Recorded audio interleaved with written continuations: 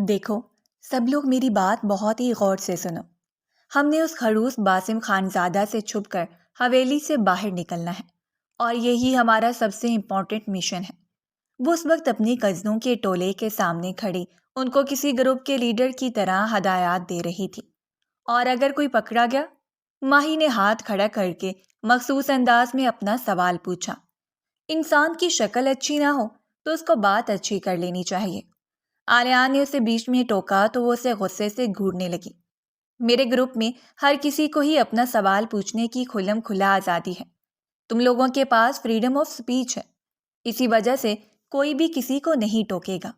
ٹھیک ہے میڈم صاحبہ، جیسا آپ کہیں۔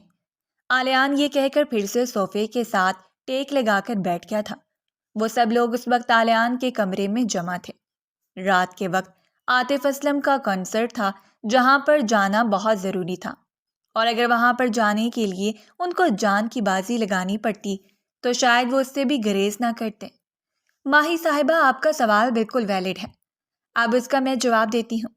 اگر کوئی بھی پکڑا گیا تو وہ صاف مکر جائے گا۔ وہ کہے گا کہ میرا یعنی پکڑنے جانے والے اس شخص کا ہم لوگوں کے ساتھ کوئی بھی تعلق نہیں ہے۔ پھر اس کے ساتھ جو کچھ بھی ہوتا ہے اس کا ذمہ دار وہ خود ہوگا۔ اور اگر تم میں سے کسی نے بھی اس راز کے بارے میں باسم خانزادہ کو بتایا تو وہ ہمارے گروپ سے نکل جائے گا۔ جی ہمیں منظور ہے، ماہی پرجوش انداز میں چلاتے ہوئے بولی۔ تقریباً 2 سالوں کے بعد اسلام آباد میں دوبارہ سے عاطف اسلم کا کنسرٹ ہو رہا تھا۔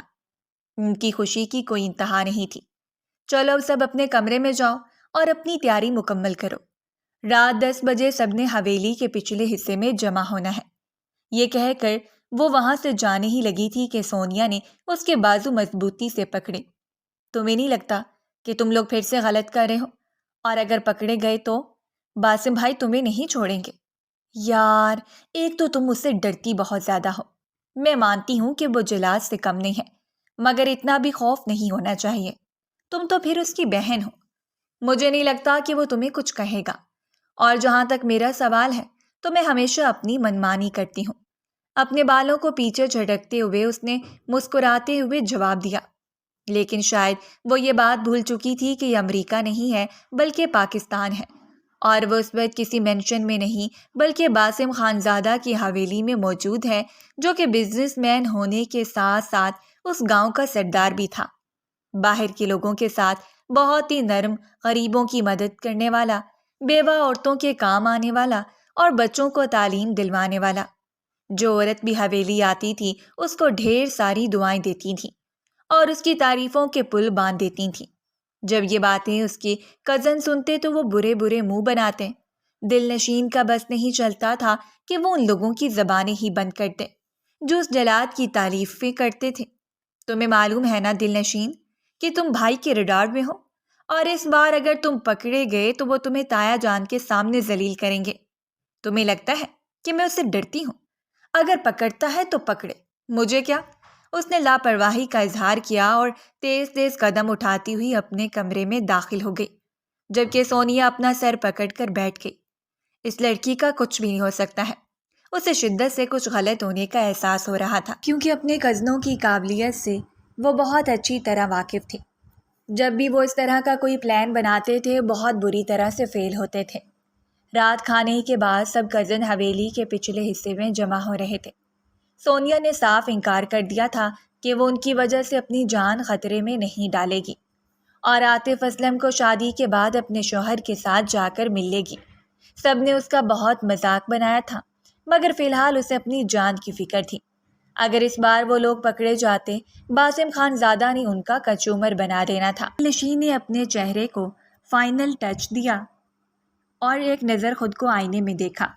بلا شبہ وہ بہت حسین لگ رہی تھی اور آسمان سے اتری ہوئی کوئی پری معلوم ہو رہی تھی۔ اتنے عرصے کے بعد اس نے جینز شارٹ پہنی تھی، کیونکہ اس طرح کا لباس حویلی میں پہننے کی اجازت نہیں تھی، جبکہ وہ ٹھہری امریکہ کی رہنے والی۔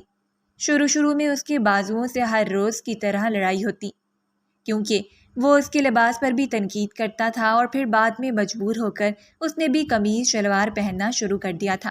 احتیاط کے لیے اس نے اوپر اوپن عبایا پہن لیا تھا، جس کے پہلے 2 بٹن بند کیے تھے، کہ اگر وہ پکڑی جاتی ہے یا پھر کوئی اور صورتحال پیدا ہو جاتی ہے تو وہ بچ جائے۔ اچھی طرح سے تسلی کر لینے کے بعد وہ اپنے کمرے سے باہر نکلی۔ ہر طرف امن و سکون پھیلا ہوا تھا۔ حویلی کے سب لوگ گہری نیند سو چکے تھے۔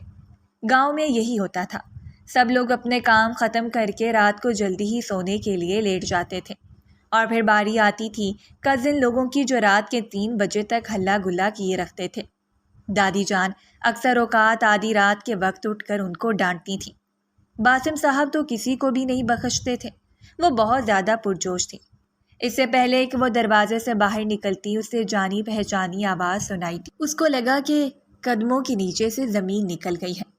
یا اللہ میری مدد فرما، اس نے دل ہی دل میں اپنے رب سے فریاد کی اور آیت الکرسی کا ورد کرنے لگی۔ مگر اس بلا سے چھٹکارا حاصل کرنا مشکل ہی نہیں ناممکن تھا۔ کہاں پر جا رہی ہو اس وقت؟ باسم نے اسے سوال کیا۔ وہ پلٹی اور معصومیت سے آنکھیں ٹمٹماتے ہوئے اس کے چہرے کو دیکھنے لگی۔ میں لان میں چہل قدمی کرنے کے لیے جا رہی تھی۔ اس قدر تیار ہو کر؟ باسم نے اس کو تنقیدی نظروں سے دیکھا۔ نہیں، وہ تو میں نے ٹک ٹاک بنانے کے لیے اتنی تیاری کی ہے۔ اس نے دوبارہ سے جھوٹ کا سہارا لیا۔ اب اس کو شدت سے اپنی غلطی کا بھی احساس ہو رہا تھا۔ اس نے عبایا تو پہن لیا تھا، لیکن سامنے والے 2 بٹن بند کرنا بھول گئی تھی، اور اب اس کی ڈریسنگ باسم کے سامنے مکمل طور پر عیاں تھی۔ میں نے تمہیں کیا سمجھایا تھا؟ وہ اس کے عین سامنے جا کر کھڑا ہو گیا اور اس کی آنکھوں میں دیکھتے ہوئے خون خوار لہجے میں بولا۔ آپ تو بہت کچھ سمجھاتے رہتے ہیں، اس نے لاپرواہی سے جواب دیا۔ تو میرے غضب سے بچ کر رہو، کیونکہ جس دن میرے صبر کا پیمانہ لبریز ہو گیا اس دن میں ہر طرح کا لحاظ سائٹ پر رکھ دوں گا۔ مجھے اس طرح کی لڑکیاں بالکل بھی پسند نہیں ہیں۔ مجھے کیا مطلب تمہاری پسند اور ناپسند سے؟ وہ دل ہی دل میں بولی تھی، مگر نہیں جانتی تھی کہ اس کی آواز اتنی اونچی ہے کہ باسم خانزادہ کے کانوں تک پہنچ چکی ہے۔ تمہارے سارے مطلب اب صرف مجھ سے ہی نکلتے ہیں، وہ اس کی آنکھوں میں دیکھتے ہوئے غصے بھرے لہجے سے بولا۔ اس کا دل تیزی سے دھڑکا۔ اگر آپ کی تفتیش مکمل ہو گئی ہو تو کیا میں جا کر ویڈیوز بنا سکتی ہوں؟ کوئی ضرورت نہیں ہے، ابھی اور اسی وقت اپنے کمرے میں جاؤ۔ یہ کیا بدتمیزی ہے؟ وہ حلق کے بل چیخی تھی۔ اپنی آواز نیچی کرو لڑکی۔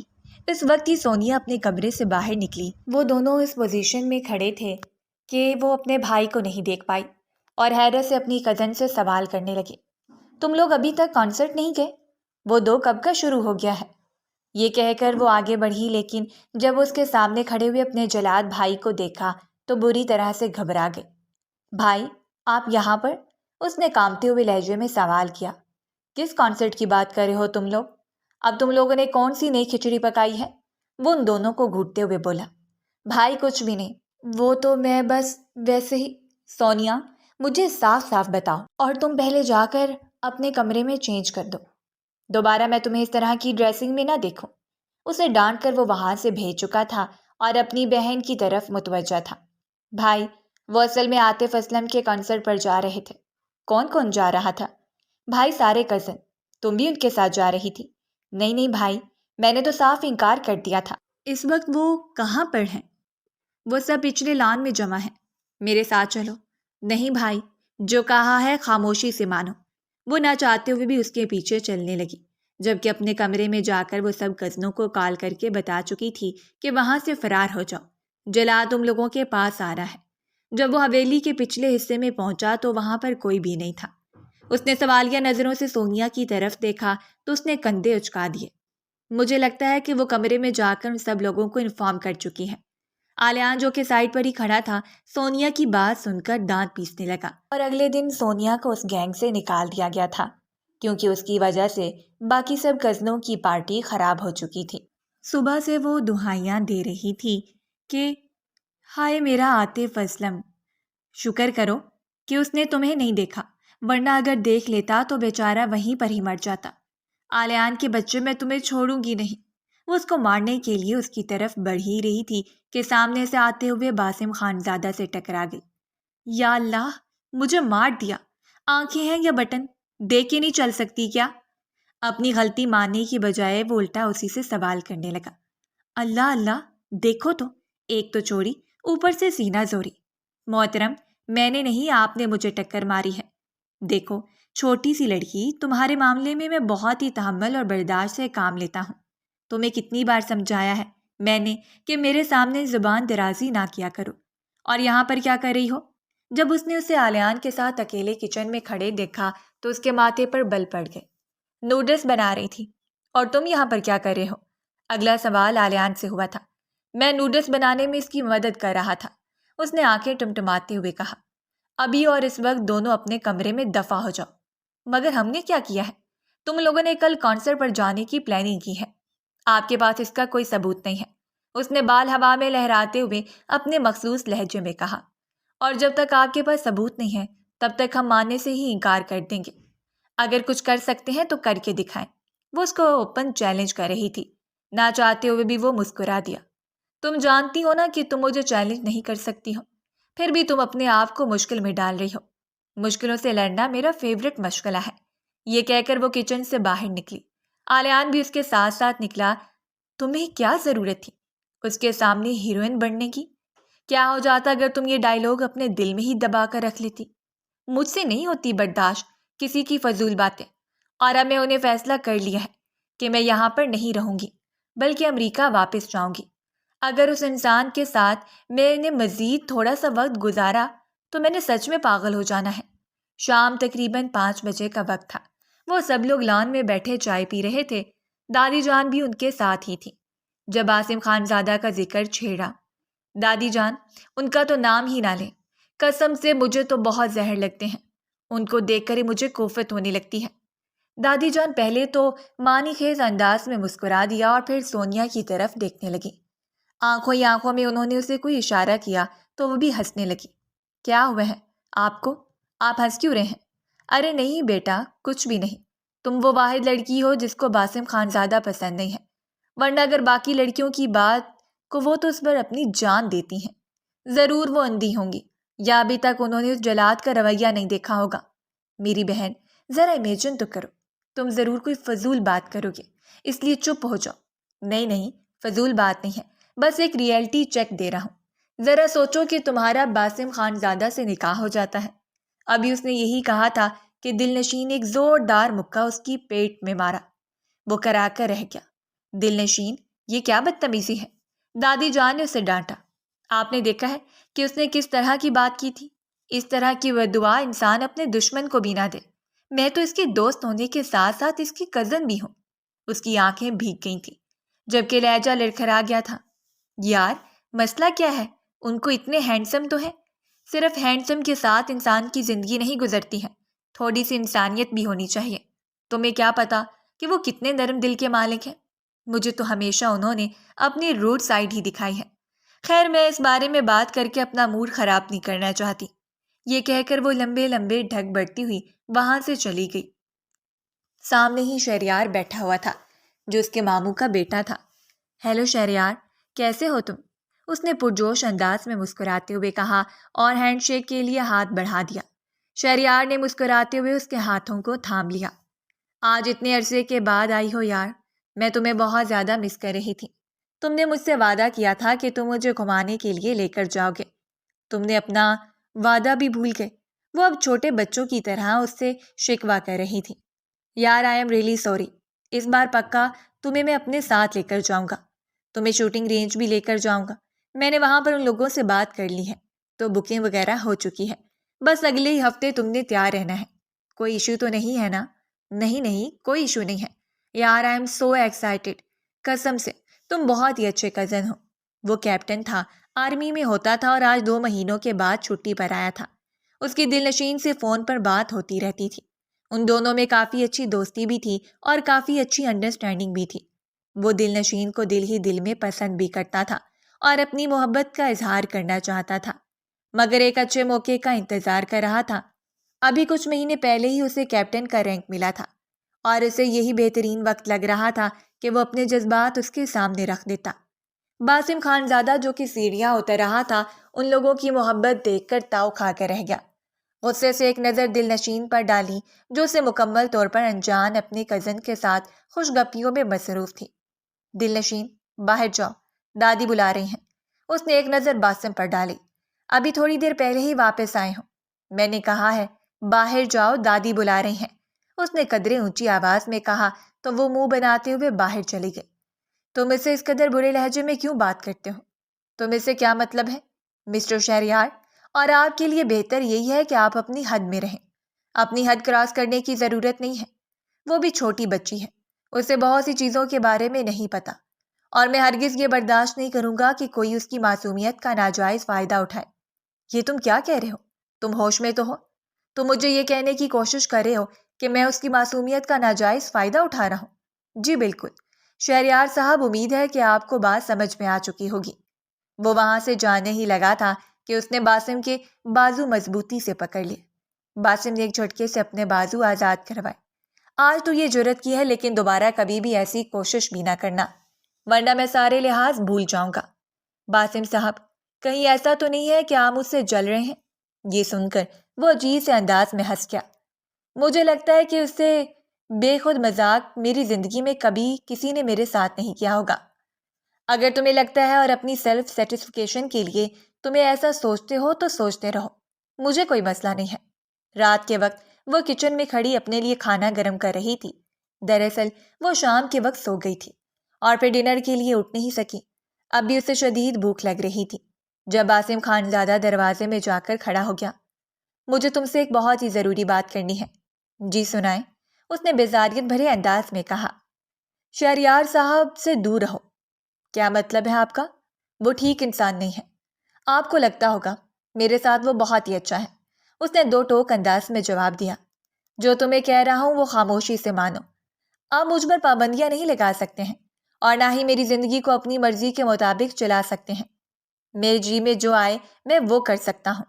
ابھی تک تو تمہیں یہ بات سمجھ میں آ جانی چاہیے، اور اگر تم باز نہ آئی تو پھر بیچارے شہریار کو اس کے نتائج بھگتنے پڑیں گے۔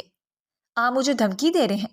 اس کو تم جو مرضی سمجھو، کیونکہ اگر تم سیدھی طرح سے میری بات نہیں مانو گی تو مجھے الٹا طریقہ استعمال کرنا ہوگا۔ اس کی آنکھوں میں آنسو چمکنے لگے تھے۔ آخر آپ کو مجھ سے پرابلم کیا ہے؟ آپ چاہتے کیا ہیں کہ میں سکون سے اپنی زندگی گزارنا چھوڑ دوں؟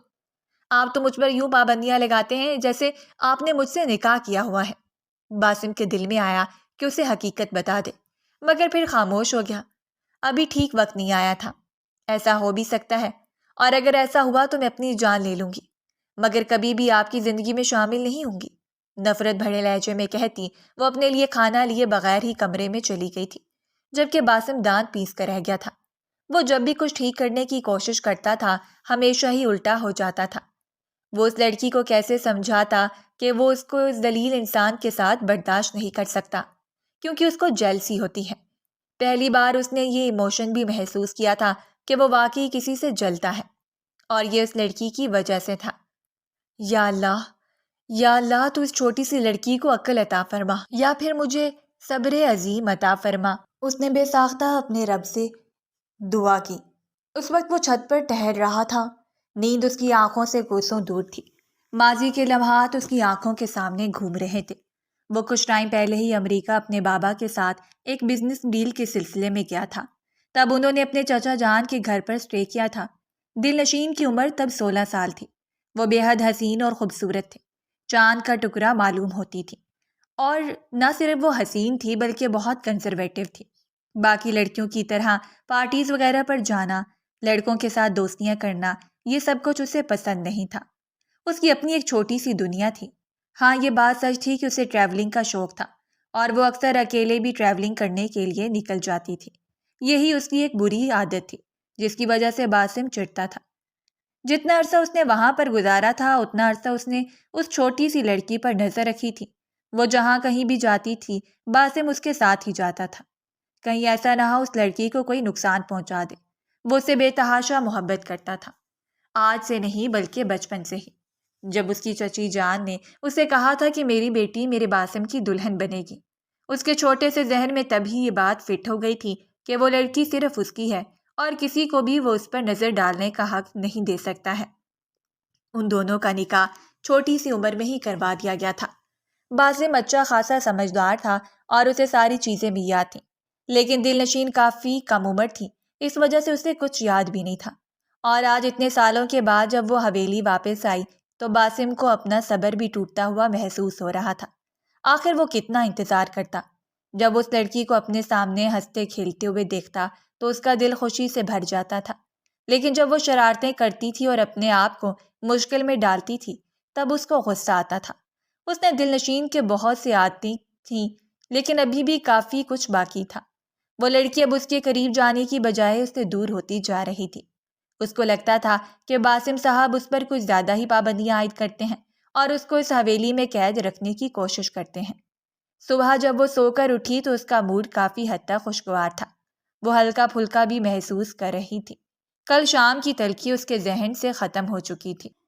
وہ صبح صبح سونیا کے کمرے میں گئی تھی اور وہاں پر جا کر اس نے اس کے بھائی کی برائیاں شروع کر دی تھیں کہ تمہارا بھائی کس قدر خڑوس انسان ہے۔ قسم سے اس کی بیوی کی زندگی تو بہت ہی مشکل سے گزرے گی۔ مجھے تو ابھی ہی اس کی بیوی پر ترس آ رہا تھا۔ وہ اس بات سے مکمل طور پر انجان تھی کہ باسم صاحب کمرے کے دروازے میں ہی کھڑے تھے۔ اپنے دل کے پھپھولے پھوڑنے کے بعد جب اس نے پلٹ کر دیکھا تو سانس لینا ہی بھول گئی۔ جہاں پر وہ کھڑا خاموشی سے اس کے چہرے کو دیکھ رہا تھا۔ فی الحال تو چلو، تایا جان بلا رہے ہیں، بعد میں یہیں سے کنٹینیو کر لینا۔ سب کزنس اس ٹائم میں ایک لائن میں تایا جان کے سامنے کھڑے تھے۔ اس بار ان کی شکایت کسی اور نے نہیں بلکہ حویلی کی ملازمہ نے لگائی تھی، جو کہ تایا جان کے پہلو میں ہی کھڑی مسکرا رہی تھی۔ صاحب جی، میں نے خود ان کو کل رات کے وقت حویلی سے باہر جاتے ہوئے دیکھا تھا۔ قسم سے رات 11 بجے کا وقت تھا۔ آپ تو جانتے ہیں کہ سردار سبحان ہمیشہ ہی ہماری حویلی کی تاک میں لگے رہتے ہیں کہ انہیں ہماری کوئی کمزوری مل جائے۔ آپ ذرا سوچیں کہ اگر وہ حویلی کی کسی لڑکی کو اغوا کر لیتے۔ اس سے پہلے کہ وہ مزید کچھ کہتی، باسم خان زادہ نے اس کو خاموش کروا دیا اور اس کو وہاں سے چلے جانے کا کہا۔ تایا جان چھوڑ دیں، بچے ہیں، میں سمجھاؤں گا، مان جائیں گے۔ اس نے جب ان کی سائیڈ لی تو ایک لمحے کے لیے دل نشین کو یقین ہی نہیں آیا۔ وہ آنکھیں پھاڑے حیرت سے کبھی باسم کو دیکھتی تو کبھی آلیان کو دیکھتی۔ آلیان کی حالت بھی اس سے مختلف نہیں تھی۔ ان کو تو لگ رہا تھا کہ باسم ان کو ذلیل کروائے گا، مگر یہ کیا، آج سورج مغرب سے نکل آیا تھا۔ صرف تمہاری وجہ سے ہی میں انہیں ہر بار ہی معاف کر دیتا ہوں۔ اور دل نشین، تمہیں اندازہ ہے کہ اگر تمہارے باپ کو تمہاری حرکتوں کے بارے میں پتہ چل گیا تو وہ تمہارا کیا حشر کرے گا؟ تم لوگوں نے کیا ان چیزوں کو مذاق سمجھ لیا ہے؟ ادھر سردار سبحان، اس کو صرف ایک موقع چاہیے ہمیں برباد کرنے کا، اور تم لوگ ہر بار ہی اسے موقع دینے پہنچ جاتے ہو۔ انہوں نے تو یہاں پر اس لیے بھیجا تھا تاکہ ہم لوگ تمہارا خیال رکھیں اور تمہاری اچھی تربیت کریں اور پھر تمہاری شادی کروا دیں۔ وہ کچھ زیادہ ہی جذباتی ہو گئے تھے۔ دل نشین برے برے منہ بنانے لگی۔ شادی تو میں اپنی مرضی سے ہی کروں گی۔ باسم اس کی بات سن کر دھیمے سے مسکرا دیا تھا، کیونکہ وہ حقیقت سے اچھی طرح سے واقف تھا۔ دادی جان بہت جلدی اس کی اور دل نشین کی شادی کا اعلان کروانے والی تھی۔ تایا جان ان کو ڈانٹ کر وہاں سے چلے گئے۔ باقی کزنس بھی اپنے اپنے کمروں کو چل دیے تھے، جبکہ وہ باسم کے سامنے جا کر کھڑی ہو گئی۔ تھینک یو، اس نے منہ پھلا کر کہا۔ کل تیار رہنا، تو میں اپنے ساتھ شوٹنگ رینج لے کر جاؤں گا۔ اسے لگا تھا کہ اس کے کانوں نے کچھ غلط سن لیا ہو۔ وہ دیدے پھاڑے باسم خان زادہ کو دیکھنے لگی۔ اس طرح سے کیا گھور رہی ہو؟ کیا وہاں پر جانے کا ارادہ نہیں ہے؟ نہیں نہیں، میں جاؤں گی، مگر کیا؟ تمہارے پاس رات تک کا وقت ہے، مجھے سوچ کر جواب دو۔ یہ کہہ کر وہ وہاں سے چلا گیا تھا۔ وہ اس کی پشت کو گھورنے لگی۔ رات کے وقت اس نے شہریار کو کال میں لائی تو دوسری طرف سے اسے شہریار کی بیزاریت بھری آواز سنائی دی۔ یار، آئی ایم ریئلی سوری، میں بہت زیادہ مصروف ہوں۔ اس ویکینڈ تو میں تم سے نہیں مل سکتا، نیکسٹ ویکینڈ پلان بنا دیتے ہیں۔ صاف ظاہر ہو رہا تھا کہ وہ اس میں کوئی انٹرسٹ ہی نہیں لے رہا ہے، اور دل نشین ایسی لڑکیوں میں سے نہیں تھی جو کسی کے پیچھے پڑ جاتی۔ ایک بار اگر اسے کہیں سے انکار ملتا تو وہ اس طرف جانا بھی پسند نہیں کرتی تھی۔ اسے غصہ تو بہت آ رہا تھا اور شہریار کے رویے پر حیرت بھی ہو رہی تھی کہ آخر اسے کیا ہوا ہے۔ کہیں ایسا تو نہیں کہ باسم نے اسے کچھ کہا ہے؟ اب اس کا دماغ تیزی سے حرکت کر رہا تھا، مگر سوچوں کا سلسلہ وہیں پر آ کر ختم ہو جاتا جہاں سے شروع ہوا تھا۔ اسے کچھ بھی سمجھ نہیں آ رہی تھی۔ شہریار صاحب نے جب اپنی ماما کے سامنے اپنی پسند کا اظہار کیا تو اس کی ماما نے اس کو ساری حقیقت بتا دی کہ دل نشین کا نکاح بچپن میں ہی باسم خان زادہ کے ساتھ ہو گیا تھا، اس لیے اس کی طرف نظر اٹھا کر بھی دیکھنا پسند نہیں کرنا، اور اس وقت اس کے دل سے وہ لڑکی بھی اتر گئی تھی۔ وہ ایسا ہی تھا، بہت جلد موو آن کر لیتا تھا، اور ابھی وہ اس کے ساتھ کسی قسم کا کوئی تعلق بھی نہیں رکھنا چاہتا تھا، نہ ہی دوستی کا اور نہ ہی کسی قسم کی رشتہ داری کا۔ وہ تقریباً 1 مہینے کی چھٹی لے کر گھر آیا تھا، لیکن ابھی کچھ ہی دنوں میں واپس جا رہا تھا۔ صبح جب وہ سو کر اٹھی تو اس کے دروازے پر دستک ہوئی۔ باسم صاحب آپ کو اپنے کمرے میں بلا رہے ہیں۔ ملازمہ کی بات سن کر وہ تیزی سے اس کے کمرے کی طرف بھاگی۔ وہ شیشے کے سامنے کھڑا تیار ہو رہا تھا۔ وہ بہت ہی ہینڈسم لگ رہا تھا۔ وائٹ کلر کی پولو شرٹ کے ساتھ بلیک کلر کی پینٹ پہنے اس میں اس کی مضبوط جسامت بھی واضح ہو رہی تھی۔ واو! اس کے منہ سے بے ساختہ نکلا۔ باسم نے ایک نظر اٹھا کر اس کی طرف دیکھا۔ چہرے پر سنجیدگی تھی جبکہ آنکھیں بھی لال تھیں۔ شاید وہ پوری رات ٹھیک طرح سے سو نہیں پایا تھا۔ وہ اندازہ نہیں لگا سکی۔ آپ نے مجھے بلایا؟ اس نے انجان بنتے ہوئے سوال کیا۔ میں نے کل تمہیں کچھ کہا تھا۔ سوری، رات کو میں جلدی سو گئی تھی، اس وجہ سے میں آپ کو رپلائی نہیں کر سکی۔ اسے لگا تھا کہ شاید وہ اس کے ساتھ کسی قسم کا پرینک کر رہا ہے۔ تمہارے پاس صرف 10 منٹ کا وقت ہے۔ میں گاڑی میں بیٹھا تمہارا انتظار کر رہا ہوں۔ اگر 1 منٹ بھی لیٹ ہوئی تو یہیں پر چھوڑ کر چلا جاؤں گا۔ یہ کہہ کر وہ اس کے سامنے سے گزر کر باہر نکل گیا۔ جبکہ وہ جلدی سے اپنے کمرے کی طرف بھاگی۔ اس نے ایک سادہ سے شلوار قمیص نکالا جس کے ساتھ دوپٹہ بھی موجود تھا۔ جلدی سے چینج کر کے اپنے بال سیدھے کیے اور باہر کی طرف بھاگی۔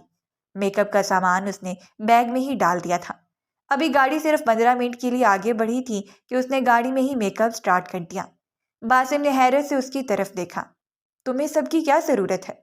کیا مطلب؟ کیا میں لڑکی نہیں ہوں؟ اس کے الٹے جواب پر باسم کا دل کیا کہ وہ اپنا سر پیٹ ڈالے۔ اگر وہ اس کی بات پر ذرا سا بھی غور کرتی تو شاید اسے کافی چیزیں واضح ہو جاتی، مگر وہ بھی عقل سے پیدل تھی۔ میرا کہنے کا یہ مطلب نہیں تھا۔ وہ بہت ہی مہارت سے میک اپ کر رہی تھی۔ تقریباً 5 منٹ میں ہی اس نے اپنے چہرے کی لک بالکل چینج کر دی تھی۔ تو تمہیں یہ سب کچھ بھی آتا ہے؟ وہ مسکراتے ہوئے بولا۔ کیا میں آپ کی مہربانی کی وجہ معلوم کر سکتی ہوں؟ کس طرح کی مہربانی؟ آپ مجھے وہاں پر لے کر جا رہے ہیں۔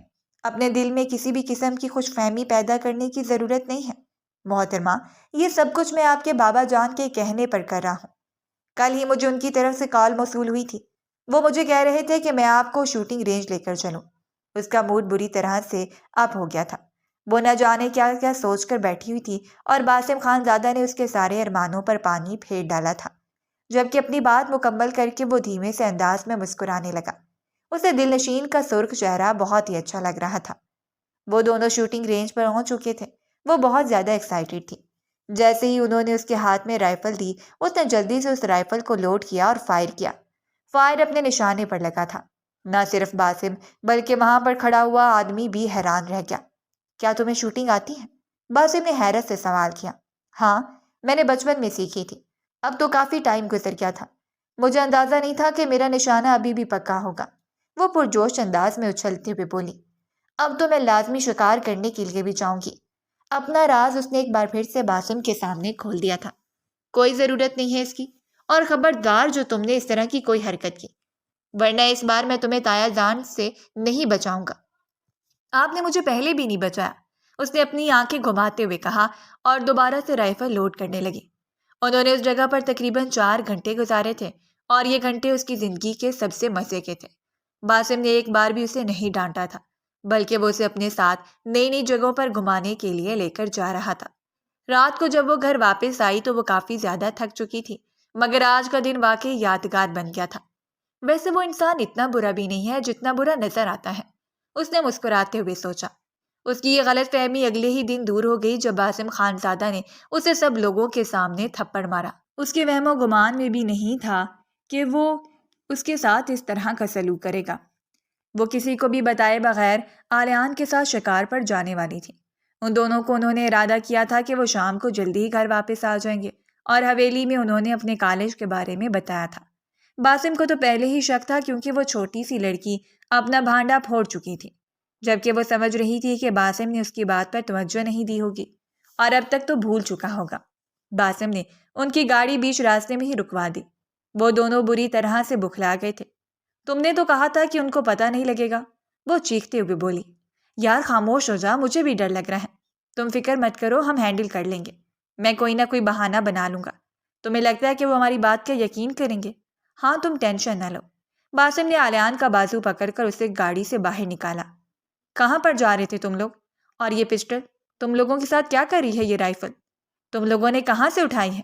دراصل رائفل ان کے دادا جان کی تھی، جبکہ پسٹل وہ تایا جان کے کمرے سے اٹھا کر لائے تھے۔ ان کے پاس اس کی پسٹل کا لائسنس موجود تھا۔ تم لوگوں کو اندازہ بھی ہے کہ اگر فوریسٹ فورسز تم لوگوں کو پکڑ لیتی تو تم لوگوں کا کیا حال کرتی؟ وہ بالیان کو گریبان سے پکڑتے ہوئے غراتے ہوئے بولا۔ وہ جو کہہ رہا تھا کہ تم فکر مت کرو، ہم سب کچھ سنبھال لیں گے، اس کی ہوا ٹائٹ ہو چکی تھی۔ بھائی معاف کر دیں، غلطی ہو گئی ہے، وعدہ کرتا ہوں کہ دوبارہ ایسی غلطی نہیں کروں گا۔ اس نے باسم کے سامنے ہاتھ جوڑ دیے۔ آپ ہوتے کون ہیں ہمیں روکنے والے؟ دل نشین نے اسے اپنی جانب متوجہ کیا۔ تم اپنی زبان کو لگام دو، تم سوچ بھی نہیں سکتی کہ مجھے تم پر کتنا غصہ ہے۔ کہیں ایسا نہ ہو کہ میرے صبر کا پیمانہ لبریز ہو جائے۔ آپ کیا کر لیں گے؟ آپ کی کوئی اوقات نہیں ہے، اور جہاں تک مداخلت کرنے کا سوال ہے تو یہ میری زندگی ہے، میں جیسے چاہے اپنی زندگی گزاروں۔ فی الحال تم چپ کرو اور گاڑی میں چل کر بیٹھو۔ اس نے دل نشین کا بازو پکڑ کر اپنے ساتھ لے جانے کی کوشش کی تو وہ اپنا ہاتھ جھٹکتے ہوئے کہنے لگی، آپ ایک نمبر کے گھٹیا انسان ہیں اور کچھ بھی نہیں، جو بہانے سے مجھے ہاتھ لگانے کی کوشش کرتے ہیں۔ اور اسی چیز کو ہی دیکھتے ہوئے مجھے اندازہ ہو گیا ہے کہ آپ کس قدر گرے ہوئے۔ اس سے پہلے کہ وہ مزید کچھ کہتی، باسم کا ہاتھ اٹھا تھا اور اس کے چہرے پر نشان چھوڑ گیا تھا۔ عالیہ نے تکلیف سے اپنی آنکھیں بند کر لی۔ اب اگر مزید اپنے منہ سے ایک لفظ بھی نکالا تو مجھ سے برا کوئی بھی نہیں ہوگا۔ تمہیں میری بات سمجھ میں آ رہی ہے؟ وہ حلق کے بل چیختے ہوئے بولا۔ تو وہ بری طرح سے گھبرا گئی۔ اب اس کی ساری ہمت ہوا ہو گئی تھی، جبکہ اس کا وجود ہولے ہولے لرزنے لگا تھا۔ تھپڑ کی کافی گونج تھی، اس کو اپنا جبڑا بھی ہلتا ہوا محسوس ہو رہا تھا۔ باسم نے اب کی بار اس کا بازو پکڑا اور اسے کھینچتے ہوئے گاڑی میں بٹھا دیا۔ جیسے ہی وہ حویلی میں پہنچے وہ بھاگتی ہوئی اپنے کمرے میں چلی گئی، جبکہ باسم سیدھا دادی کے کمرے میں گیا تھا۔ اب بس بہت ہو گیا ہے، اس لڑکی سے میری شادی کروائیں، میں اس لڑکی کو مزید اس کے حال پہ نہیں چھوڑ سکتا ہوں۔ کیا ہوا ہے مجھے بتاؤ تو صحیح۔ کچھ بھی نہیں ہوا، بس میں آپ کو کہہ رہا ہوں نا کہ آپ جلد از جلد ہم لوگوں کی شادی کی تیاریاں شروع کریں۔ ٹھیک ہے بیٹا، میں دل نشین سے بات کرتی ہوں، اس سے بھی بات کرنے کی کوئی ضرورت نہیں ہے، بس آپ چچا چچی کو اپنے فیصلے کے بارے میں بتائیں اور رخصتی کروا دیں۔ لیکن ایسے ایک دم سے یہ سب کچھ ممکن نہیں ہو سکتا، اس کے ماما بابا کا بھی یہاں پر ہونا بہت ضروری ہے۔ چچا جان سے میں خود ہی بات کر لوں گا، آپ اس چیز کی بھی ٹینشن نہ لیں، آپ بس حویلی والوں کو اپنے فیصلے کے بارے میں آگاہ کریں۔ اپنی بات مکمل کرتا ہوا وہ وہاں سے جا چکا تھا۔ اس وقت وہ بے چینی سے کمرے میں چکر کاٹ رہا تھا، اس کو شدت سے اپنی غلطی کا احساس ہو رہا تھا۔ کم سے کم اسے دل نشین پر ہاتھ نہیں اٹھانا چاہیے تھا، یہ اس نے بہت غلط کیا تھا۔ چاہے وہ کتنے بھی غصے میں کیوں نہ ہو، وہ کیسے اپنی پسندیدہ عورت کو مار سکتا تھا؟ اب یہی سوچ سوچ کر اس کا سر پھٹنے والا تھا۔ اس نے فیصلہ کیا کہ وہ اس کے کمرے میں جا کر اسے معافی مانگے گا۔ دروازے پر دستک دی تو دروازہ کھلتا ہی چلا گیا۔ سامنے ہی دل نشین عالیان کے ساتھ بیٹھی اس کے کندھے پر سر رکھے رو رہی تھی۔ اس سے ایک بہت بڑی غلطی ہو گئی تھی۔ عالیہ نے جو باسم کو دیکھا تو بری طرح سے گھبرا گیا اور اپنی جگہ پر اٹھ کھڑا ہوا۔ دل نشین بھی اسے دیکھ چکی تھی، نفرت سے اپنا منہ پھیرتے ہوئے کہنے لگی، عالیان اس کو بولو کہ یہ میرے کمرے سے نکل جائے، تم یہاں سے جاؤ۔ اس نے عالیان کو دو ٹوک انداز میں کہا اور اس کے سامنے جا کر کھڑا ہو گیا۔ دادی جان تھوڑی ہی دیر میں تمہارے پاس بات کرنے کے لیے آئیں گی، اس شادی کے لیے چپ کر کے ہاں کر دینا۔ کون سی شادی؟ دل نشین نے اس سے سوال کیا۔ ہم دونوں کی شادی۔ یہ سن کر وہ عجیب سے انداز میں ہنسنے لگی۔ آپ کو لگتا ہے کہ میں آپ جیسے انسان کے ساتھ نکاح کرنا پسند کروں گی جسے عورتوں کی عزت کرنا بھی نہیں آتا ہے؟ ہم دونوں کا نکاح ہو چکا ہے، اب صرف رخصتی ہوگی۔ یہ جھوٹ ہے، ایسا ممکن نہیں ہو سکتا ہے۔ اس سے پہلے کہ وہ مزید کچھ کہتی اس نے اپنی جیب سے کچھ تصویریں نکالی جس میں وہ دونوں دلہن دلہن بیٹھے ہوئے تھے۔ یہ کسی نے مذاق کیا ہوگا، بچپن میں ہم لوگ کھیلے ہوں گے، ایسا نہیں ہو سکتا ہے۔ اگر ہم دونوں کا نکاح ہوا ہوتا تو میرے ماما بابا مجھے پہلے ہی بتا دیتے، وہ مجھ سے نہ چھپاتے۔ اسی وقت ہی دادی جان کمرے میں داخل ہوئی۔ انہوں نے جب دل نشین کو اس حقیقت کے بارے میں بتایا تو اسے لگا کہ اس کا دل پھٹ جائے گا۔ میں اس انسان سے شادی نہیں کروں گی، وہ اونچی آواز میں چلاتے ہوئے بولی تھی۔ تمہارے احتجاج سے کوئی فرق نہیں پڑتا ہے، اور اگر تم نے اس گھر سے بھاگنے کی کوشش کی تو مجھ سے برا کوئی بھی نہیں ہوگا۔ میں ہر طرح کا لحاظ بھول جاؤں گا۔ ابھی تو میں نے تم پر صرف ہاتھ اٹھایا ہے، اس وقت تم میرا وہ روپ دیکھو گی کہ تمہاری روح بھی کانپ اٹھے گی۔ دل نشین نے تکلیف سے اپنی آنکھیں بند کر لی۔ جب اس نے اپنے بابا کو کال کی تو اس کے بابا نے بھی اسے صاف الفاظ میں کہہ دیا کہ تم چپ چاپ رخصتی کے لیے راضی ہو جاؤ۔ باسم تمہارے لیے بہترین انتخاب ہے، وہ تمہیں بہت خوش رکھے گا اور تمہیں بہت محبت دے گا۔ اس نے بابا کو بتانا چاہا کہ باسم نے اس پر ہاتھ اٹھایا ہے، تو بابا نے اس کی غلطی اس کے سامنے رکھ دی کہ تمہیں شکار پر جانے کی کیا ضرورت ہے، وہ بھی اکیلے اس آریان کے ساتھ جو ایک نمبر کا فضول انسان ہے، جوئے اور شراب کا عادی ہے۔ اسے اپنے کانوں پر یقین ہی نہیں آیا تھا۔ یہ آپ کیا کہہ رہے ہیں؟ ہاں، میں بالکل سچ کہہ رہا ہوں۔ 3 سے 4 بار تو وہ جیل جا چکا ہے، اس لیے تو باسم تمہیں اس سے دور رہنے کی بھی تلقین کرتا تھا۔ نہ جانے وہ تمہیں اپنے ساتھ کہاں لے کر جاتا۔ باسم نے بہت اچھا کیا ہے، اسے ایسا ہی کرنا چاہیے تھا۔ بابا نے یہ کہہ کر فون کاٹ دیا تھا۔ یعنی کوئی بھی اس کا درد محسوس کرنے کے لیے تیار نہیں تھا اور کوئی بھی اس کا ساتھ دینے کو راضی نہیں تھا۔ تقریباً 1 ہفتے کا وقت گزرا ہی تھا کہ اس نے رات کے اندھیرے میں حویلی سے فرار ہونے کی کوشش کی، مگر وہ جیسے ہی پچھلے گیٹ سے باہر نکلے، سامنے کھڑے باسم کو دیکھ کر اسے لگا تھا کہ اس کے وجود سے جان نکل جائے گی۔ وہ ہاتھ لپیٹے اپنی گاڑی سے ٹیک لگا کر کھڑا تھا۔ جان قدموں سے یہاں تک آئی تھی، انہی قدموں سے واپس چلے جاؤ۔ وہ پاؤں پٹکتی ہوئی غصے سے وہاں سے چلی گئی۔ وہ جو بھی قدم اٹھاتی تھی، باسم کو پہلے ہی اس کے بارے میں پتہ چل جاتا تھا۔ باسم نے اس کے کمرے میں کیمرے لگائے ہوئے تھے۔ اسے اس لڑکی کی حرکتوں کے بارے میں اچھے طریقے سے معلوم ہو چکا تھا۔ تقریباً 2 ہی ہفتوں کے بعد وہ اس کے کمرے میں دلہن بن کر بیٹھی ہوئی تھی۔ اس کی رخصتی کے دن اس کے ماما بابا بھی آ چکے تھے، مگر اس نے ان سے گلے ملنا بھی پسند نہیں کیا تھا۔ وہ اب کمرے میں بیٹھی اس کا انتظار کر رہی تھی۔ اس کا تھپڑ یاد آنے پر وہ غصے سے اٹھی، واش روم جانے ہی لگی تھی کہ کمرے کا دروازہ کھلا اور وہ مضبوط چال چلتا ہوا کمرے کے اندر داخل ہوا۔ اس کو اگنور کرتی ہوئی وہ واش روم میں گھس گئی۔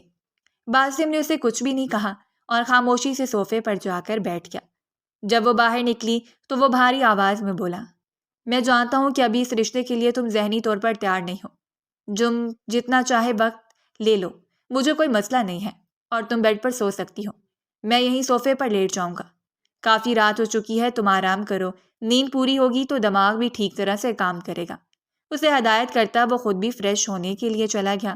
جب وہ واپس آیا تو دوسری طرف کروٹ کر کے لیٹی ہوئی تھی۔ تقریباً 10 منٹ کے بعد ہی اس کی سسکیوں کی آواز کمرے میں گھٹنے لگی۔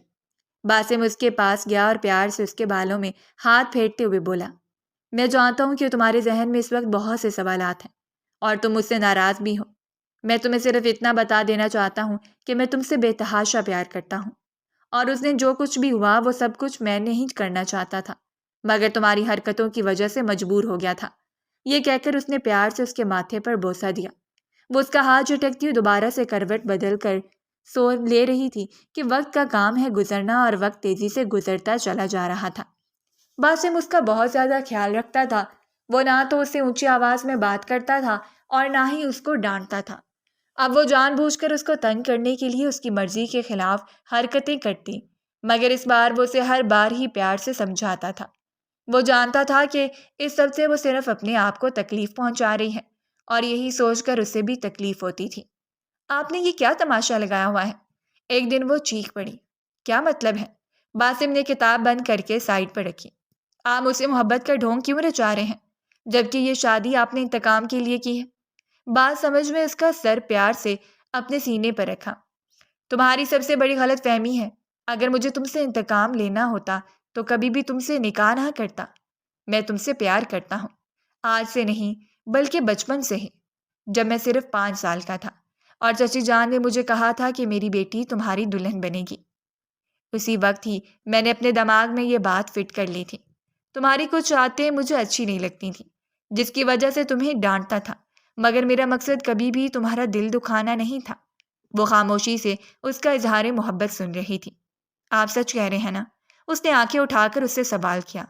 ہاں، میں سچ کہہ رہا ہوں اور میں تم سے جھوٹ کیوں بولوں گا؟ آپ مجھے کبھی ڈانٹیں گی تو نہیں؟ مجھ سے وعدہ کرنے میں مر جاؤں گا، مگر اب تمہیں کبھی بھی نہیں ڈانٹوں گا۔ تم بھی مجھ سے وعدہ کرو کہ میں تمہیں جن کاموں سے منع کروں گا تم منع ہو جایا کرو گی۔ اس بارے میں سوچوں گی، اس نے آنکھیں گھماتے ہوئے کہا۔ باسم کھل کر مسکرا دیا جب اس نے بھی اپنا سر باسم کے سینے پر ٹکا دیا تھا۔ اگر وہ شخص اس کی اس قدر عزت کرتا تھا اور اس کے ہر فیصلے کو سراہتا تھا تو وہ اس سے فاصلہ بنا کر اپنے آپ کو اور اس کو سزا دیتی۔